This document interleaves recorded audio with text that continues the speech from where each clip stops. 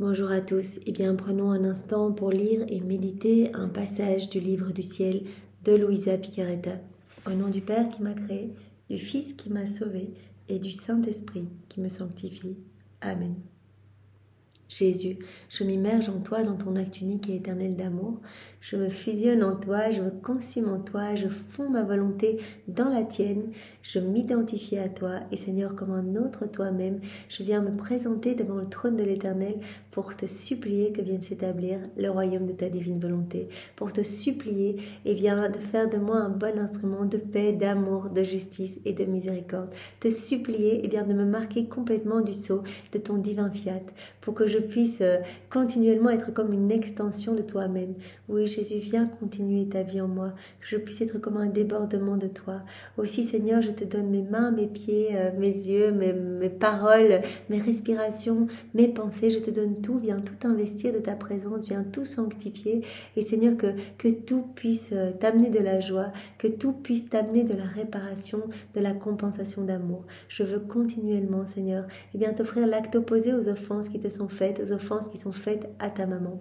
Je veux te donner continuellement les baisers de ta maman, te recouvrir de l'amour du Père, l'amour de l'Esprit Saint, de tous les actes d'amour, de tous les saints, de tous les temps, refaits dans ta divine volonté. Et je veux également te recouvrir de tes actes d'amour, Jésus, que tu as placés dans l'œuvre de la création, de la rédemption et de la sanctification. Je veux te remercier immensément pour ton amour sans borne pour chacun de nous, pour ta miséricorde sans limite. Tu nous attends, quelles que soient nos chutes, quel que soit le péché. Tu es là, les bras grands ouverts, à vraiment te réjouir de notre retour, même si on arrive vraiment tout sale et vraiment qu'on s'est réduit à rien. Eh bien, toi... Voilà, comme le Père du Fils prodigue, eh bien, tu nous prends dans tes bras et tu nous laves dans ton sang, dans tes larmes, et vraiment tu nous réhabilites à vivre en tant que fils et filles de Dieu. Vraiment que tu nous revêts des vêtements royaux, des plus beaux joyaux du ciel, et vraiment, voilà, tu nous élèves en fait. Tu nous élèves à ta ressemblance. Alors merci infiniment, merci également pour ta maman qui est si douce, qui avec une inlassable patience vraiment est près de nous et nous cache sous son manteau céleste pour que vraiment nous ne rechutions pas dans les embûches du démon, et elle vient nous placer à notre juste place dans ton cœur. Elle nous redépose dans ton cœur à chaque fois que nous chutons. Et si nous revenons vers elle, elle vient nous prendre dans ses bras et elle nous place dans les tiens pour que vraiment nous puissions être transformés, que notre cœur puisse être purifié par les flammes brûlantes de ton amour et que nous puissions devenir à notre tour des torches de ta lumière, de ta présence, Jésus, de ta tendresse. Alors Jésus, fais de nous ce qui te plaira. Je te demande maintenant de venir parler à travers ma bouche.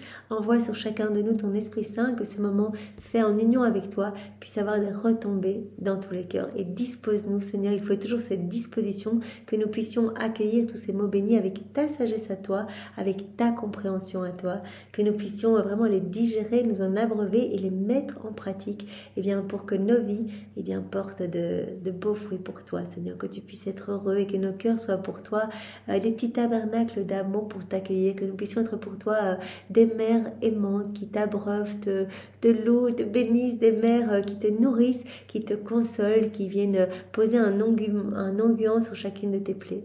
Voilà, Seigneur, vraiment nous sommes tout offerts à toi, nos humanités consumées dans la tienne, nos humanités fusionnées dans ta divinité pour perdre le démon que nous sommes.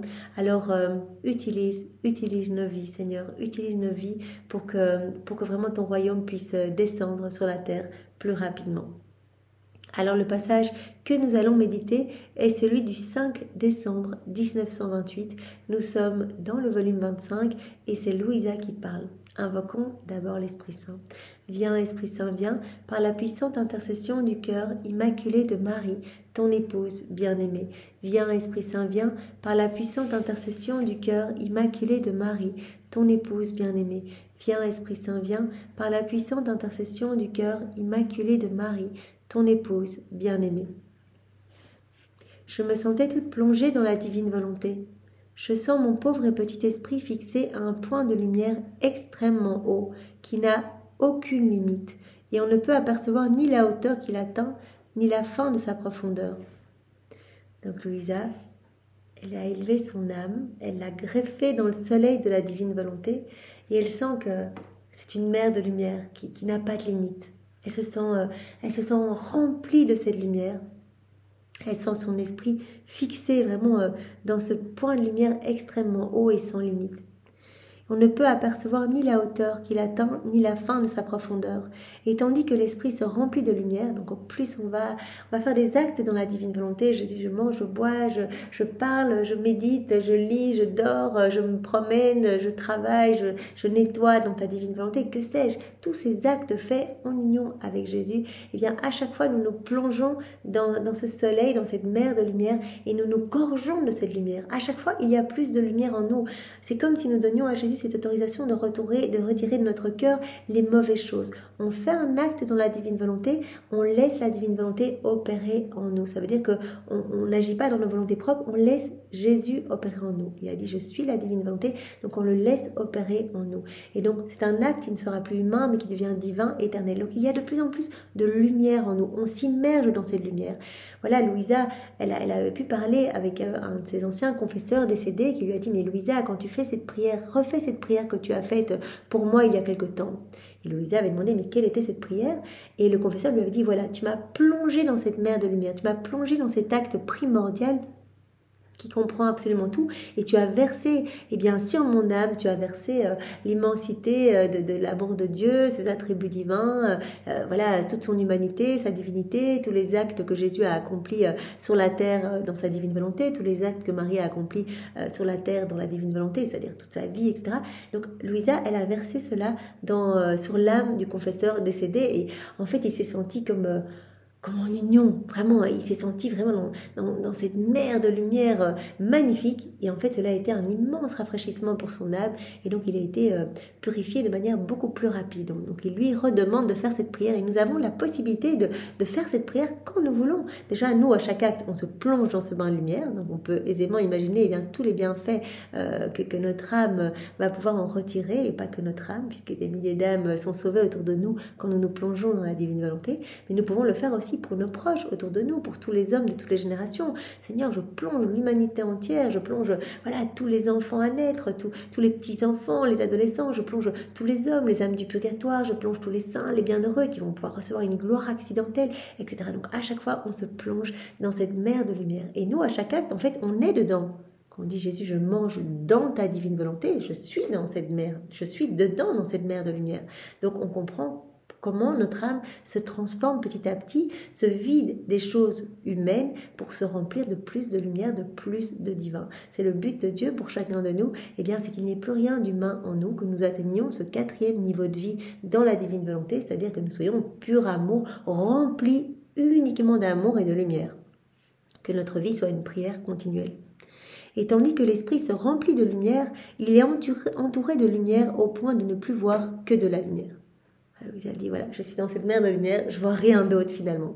C'est ça qui est beau, au plus on va se plonger dans la divine volonté, au plus nos sens vont aussi être nettoyés. Jésus nous l'avait dit dans un autre enseignement, et il nous l'a dit plusieurs fois d'ailleurs, eh bien quand Adam a quitté la divine volonté, ses sens se sont comme obstrués en fait, alors que lui voyait l'amour de Dieu partout, ressentait l'amour, goûtait l'amour, était dans la louange continuelle, il recevait à profusion, il rendait en action de louange, de bénédiction, il était vraiment dans ce flux et reflux parfait.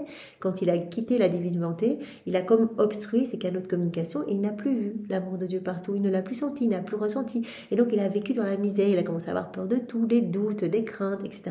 Il n'a plus été en bonne santé, et de là on découlait en fait de cette chute, de cette rupture avec le divin vouloir, eh bien, tous les maux que nous connaissons aujourd'hui ont vu le jour. Et donc, Louisa, dans cette mer de lumière, elle se dit, en fait, je suis gorgée de cette lumière au point tel que je ne vois rien d'autre que de la lumière. Donc les sens sont nettoyés, on voit toute cette lumière, on voit cet amour. Au plus on va se plonger dans cette mer de lumière, au plus eh bien, on va voir l'amour de Dieu partout. Et on va y répondre, on va être dans ce flot continuel, parce que la divine volonté, elle travaille, elle opère partout. Elle est continuellement au travail dans les éléments créés partout. Et donc quelque part, on va être amené à rentrer dans cette danse continuelle de faire nos rondes, etc., d'aller placer notre amour partout pour répondre à l'amour de Dieu. Mon esprit voit qu'il prend un peu de cette lumière parce qu'il y en a tellement, mais sa capacité est si réduite qu'il lui semble n'en prendre que quelques gouttes. Voilà, se rend bien compte que voilà, nous sommes des êtres finis et dans cet océan de lumière, eh bien, elle se dit, voilà, je prends toute la lumière que je peux, mais ce ne sont que quelques gouttes par rapport à l'immensité de cette mer. Oh, comme on se sent bien au milieu de cette lumière, parce qu'elle est vie, elle est parole, elle est bonheur. Oui. Et quand on vit dans la divine volonté, on est propriétaire bien, de cette source intarissable, de tous les biens, de tous les attributs célestes, de tous les bonheurs célestes, de toutes les joies du ciel. On est propriétaire absolument de tout. Et donc on se sent bien. Cette lumière est vie, parole et bonheur. L'âme ressent en elle tous les reflets de son Créateur et elle sent que la vie divine prend naissance en son sein. Au plus on va se plonger, au plus on va grandir dans cette ressemblance avec notre Créateur au point de devenir comme les échos de la Trinité, comme des images de Dieu, des reflets de Dieu. Vraiment comme si nous étions des miroirs de Dieu. Donc Dieu ne voit plus X ou Y en train de faire un acte, il voit Jésus. Il voit son fils en train de faire un acte. Donc nous devenons comme d'autres Jésus. Là maintenant, il voit autant de Jésus qu'il y a de personnes qui sont en train de méditer avec moi. Voilà, et l'âme au plus elle va se plonger dans la divine volonté, au plus elle va ressentir cette vie divine croître en elle en fait. Parce que chaque acte fait en union avec Jésus, je fais ma vaisselle dans ta divine volonté, je baille dans ta divine volonté, tout, le moindre petit acte, même les actes naturels, eh bien font grandir cette vie divine. C'est ça qui est incroyable. Un acte fait dans la divine volonté est une vie divine, une vérité reçue est une vie divine que Jésus sort de lui, mais si nous voulons que toute notre vie devienne divine, que nous soyons comme d'autres Jésus sur la terre, eh bien nous devons faire grandir cette vie divine en nous. Et donc cela, vraiment, par chaque acte fait, nous alimentons cette vie divine. Et l'âme sent que la vie divine prend naissance en son sein. Ô divine volonté, combien tu es admirable! Toi seule es la fécondatrice, la préservatrice et la bilocation de la vie de Dieu dans la créature. La bilocation de la vie de Dieu dans la créature. Donc vraiment, ça veut dire que Dieu vient, et Jésus nous le dit tout le temps, je viens m'installer dans votre cœur, je suis là avec mon Père, l'Esprit Saint, je viens avec mes œuvres, je viens avec mes attributs divins, mon royaume, mon trône, je viens avec tout. C'est une vraie présence. Et nous prenons des décisions à partir de l'âme, voilà, qui s'est offerte comme tabernacle vivant d'amour. Nous prenons des décisions à partir de son âme, de la même façon que si nous les prenions à partir du ciel. Donc vraiment, il y a cette réelle présence. Et c'est pour cela que vraiment nous nous sentons bien, dans la paix, dans la joie, et que l'âme qui vit dans la divine volonté, bien, pour elle, tout est ordre, tout est beauté, tout est harmonie. Elle ressent cette plénitude de sainteté en elle. Au plus on fait des actes, au plus Jésus nous dit qu'on va ressentir bien, cette plénitude de joie et de bonheur en fait. Parce qu'il nous donne tout. On est propriétaire de cette source et petit à petit, bien, il nettoie notre âme de ce qu'il y a de mauvais. Parce qu'il ne peut pas cohabiter avec le péché, avec nos choses mauvaises. Donc il va venir nous nettoyer et des choses qu'on avait l'habitude de faire peut-être dans le passé, voilà, des mauvais comportements, bien, Jésus nettoie tout petit à petit. Ça, c'est juste extraordinaire. Donc, ô divine volonté, tu es admirable, toi seule es la fécondatrice, la préservatrice et la bilocation de la vie de Dieu dans la créature. Mais alors que mon esprit errait dans la lumière du fiat suprême, mon doux Jésus se manifesta en moi et me dit: ma fille, avec l'âme qui vit dans ma divine volonté, c'est plus que de faire descendre le soleil sur la terre. Avec l'âme qui vit dans la divine volonté, c'est plus que si sur la terre le soleil venait s'unir à la terre. Que se passerait-il si le soleil venait s'unir à la terre? La nuit serait bannie de la terre, ce serait plein jour tout le temps. Et en ayant toujours contact avec le soleil, la terre ne serait plus un corps noir, mais serait un corps lumineux. Et il n'implorerait plus les effets du soleil, mais recevrait en lui-même la substance même des effets de la lumière. Donc la terre ne serait plus à recevoir les effets de la lumière, mais recevrait la substance même des effets de la lumière. Il y aurait cette unité, la terre serait tout le temps lumière en fait. Ne serait plus un corps noir, mais un corps lumineux. Parce que soleil et terre vivraient une vie commune et formeraient une seule vie. Quelle différence n'y a-t-il pas entre le soleil dans les hauteurs de sa sphère et la terre dans sa bassesse? Grande différence, voilà. Soleil dans l'immensité des cieux, la terre, et donc la terre, voilà, est soumise à des ondes d'ombre, etc., en fonction de si elle est exposée ou pas. Tandis que quand il y a cette union, il y a jour éternel, lumière éternelle. La pauvre terre est sujette à la nuit, aux saisons et à demander au soleil de former les magnifiques floraisons, les couleurs, la douceur, la maturité de ses fruits. Et le soleil n'est pas libre d'exposer tous ses effets sur la terre si la terre ne se prête pas à les recevoir. Si la terre ne se prête pas à recevoir tous les effets de la lumière, eh bien voilà, il ne pourra pas exposer tous ses effets. Si bien que le soleil n'atteint pas certains points de la terre et que d'autres sont secs et sans végétation. Cela n'est rien d'autre que la comparaison entre la créature qui fait ma divine volonté et vit en elle et celle qui vit dans la terre de sa volonté humaine. Voilà, celle qui vit dans la divine volonté, qui vraiment est unie à Jésus continuellement, et bien c'est comme, de manière encore plus forte, ce soleil qui vient s'unir à la terre et qui rend en fait notre âme... Voilà, notre âme possède le jour éternel. Comme Jésus nous l'a dit il y a quelques jours, eh bien, il fait toujours jour dans cette âme. Tout est lumière, tout est beauté. Et la lumière éclipse les ténèbres, non seulement dans cette âme, et puis se propage partout. Ces rayons dégoulinent à travers tous ces mouvements, ces regards, ces paroles.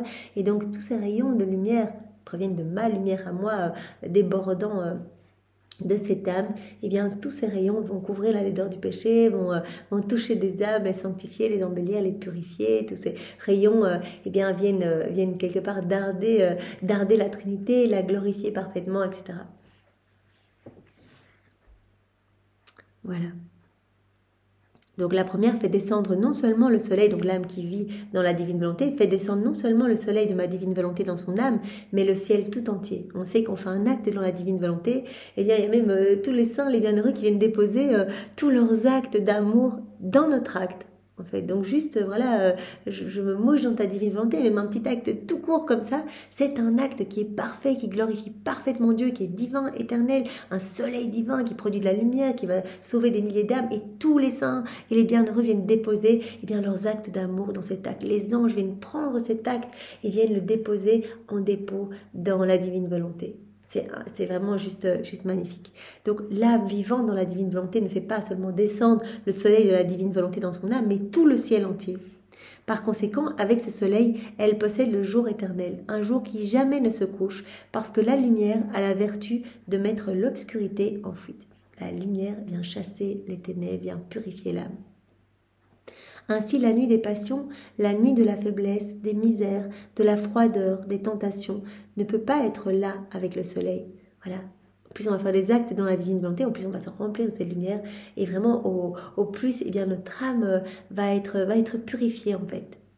Va être purifiée, à chaque fois davantage. Parce que le soleil ne peut pas cohabiter avec les ténèbres. Et s'il voulait s'approcher pour former les saisons dans l'âme, ce soleil darde ses rayons et fait fuir toutes les nuits en disant « Je suis ici et cela suffit ». Mes saisons sont des saisons de lumière, de paix, de bonheur et de floraison éternelle. Floraison éternelle. Donc on va imaginer à chaque acte, voilà, le Seigneur prononce son fiat créateur sur notre âme, donc il y a quelque chose de nouveau qui se crée, on peut imaginer des fleurs somptueuses, des étoiles, des soleils, il recrée vraiment son paradis dans notre âme. Voilà, des saisons de lumière, de paix, de bonheur et de floraison éternelle. Cette âme est porteuse du ciel sur la terre. Voilà, Jésus l'a déjà dit à Louisa, l'âme qui vit dans la divine volonté, eh bien, va vivre la vie des bienheureux ici-bas sur la terre. Elle fait descendre le ciel sur la terre. C'est tellement, tellement beau. Par contre, pour celle qui ne fait pas ma divine volonté et ne vit pas en elle, il fait plus souvent nuit que jour dans son âme. Elle est sujette aux saisons et aux longs jours de pluie qui la troublent et la fatiguent, ou aux longues sécheresses durant lesquelles elle atteint le point où elle manque des humeurs vitales pour aimer son Créateur. Voilà. L'âme qui vit dans sa volonté propre, mais même si elle fait des actes pieux, saints, eh bien elle sera toujours tributaire des conditions extérieures. Si elle veut par exemple exercer ses vertus, elle veut exercer des vertus, par exemple la vertu de l'obéissance, il va falloir avoir quelqu'un qui lui donne des ordres pour qu'elle puisse l'exercer. Donc elle sera tributaire eh bien, de conditions extérieures. Et donc cela va être vraiment... va être un chemin difficile où voilà avec de nombreuses chutes, avec voilà des moments de découragement, de fatigue, de troubles, etc. Elle va manquer parfois des humeurs vitales pour aimer son Créateur. Et le soleil même de ma divine volonté, parce qu'il ne vit pas en elle, n'est pas libre de lui donner tout le bien qu'il possède. Voilà. Comme l'âme qui vit dans sa volonté propre, quelque part, a choisi délibérément d'agir seule, en fait, eh bien... elle ne possède pas ce soleil de la divine volonté, elle ne possède pas cette lumière en elle, voilà, cette lumière qui va continuellement tout purifier, tout embellir, etc. Et donc le soleil lui-même, qui ne vit pas en elle, ne sera pas libre de donner à cette âme tout le bien qu'il possède. Il n'y a vraiment que dans cette union qu'on va pouvoir recevoir à profusion, en étant de... Voilà. En fait, on est propriétaire de tout dans la divine volonté. Jésus dit, voilà, l'âme qui vit dans la divine volonté, elle va faire partie, elle va venir manger à la table céleste, elle va connaître les secrets divins, elle devient propriétaire de toutes mes œuvres, en fait, de toute l'œuvre de la création, etc. Elle est avec moi partout, je la prends partout avec moi, elle est avec moi dans les ciboires, dans les tabernacles, etc. Tandis que l'âme qui vit dans sa volonté propre, eh bien, quelque part, voilà, le soleil de la divine volonté, parce qu'il ne vit pas dans cette âme, n'est pas libre de lui donner tous les biens qu'il possède. Vois-tu ce que signifie posséder ma divine volonté? C'est posséder la source, propriétaire de tout, posséder la source de vie, la source de lumière et de tous les biens. Au contraire, celle qui ne possède pas la source est comme la terre qui jouit des effets de la lumière et comme certaines terres qui sont à peine illuminées mais sans effet. Voilà, donc c'est comme la terre face au soleil, le soleil dans les cieux, mais la terre va jouir des effets de la lumière. Tandis que l'âme qui vit dans la divine volonté ne jouit pas des effets, avec vraiment des moments comme pour la terre, certaines parties de la terre qui n'est pas illuminée, etc. Mais elle va jouir de tout, elle va être propriétaire de tout. C'est comme si elle détenait le soleil dans son cœur, en fait. C'est comme si c'était le soleil qui agissait à l'intérieur de son âme et débordait de son humanité. Elle détient la source de vie, la source de lumière, la source de tous les biens. Eh bien, Seigneur, nous voulons vraiment vivre dans ta divine volonté pour que ton soleil eh bien, déborde de tout ce que nous faisons et que tu puisses t'en réjouir, que nous puissions être vraiment ces petites sources de réjouissance pour toi. Sois loué, béni et glorifié, Jésus, dans ta divine volonté, au nom de tous. Au nom du Père et du Fils et du Saint-Esprit. Amen. Soyez tous bénis. Au revoir.